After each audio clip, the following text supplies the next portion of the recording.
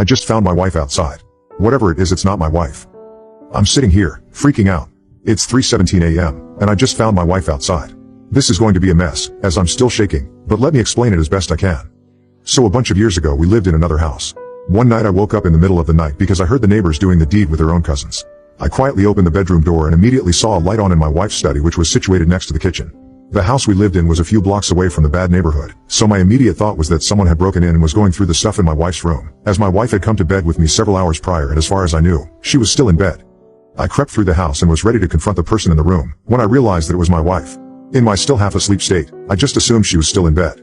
Turns out she had woken up, couldn't get back to sleep, and so went to her room to browse Facebook or whatever for a while. I had almost confronted my own wife thinking she was a burglar.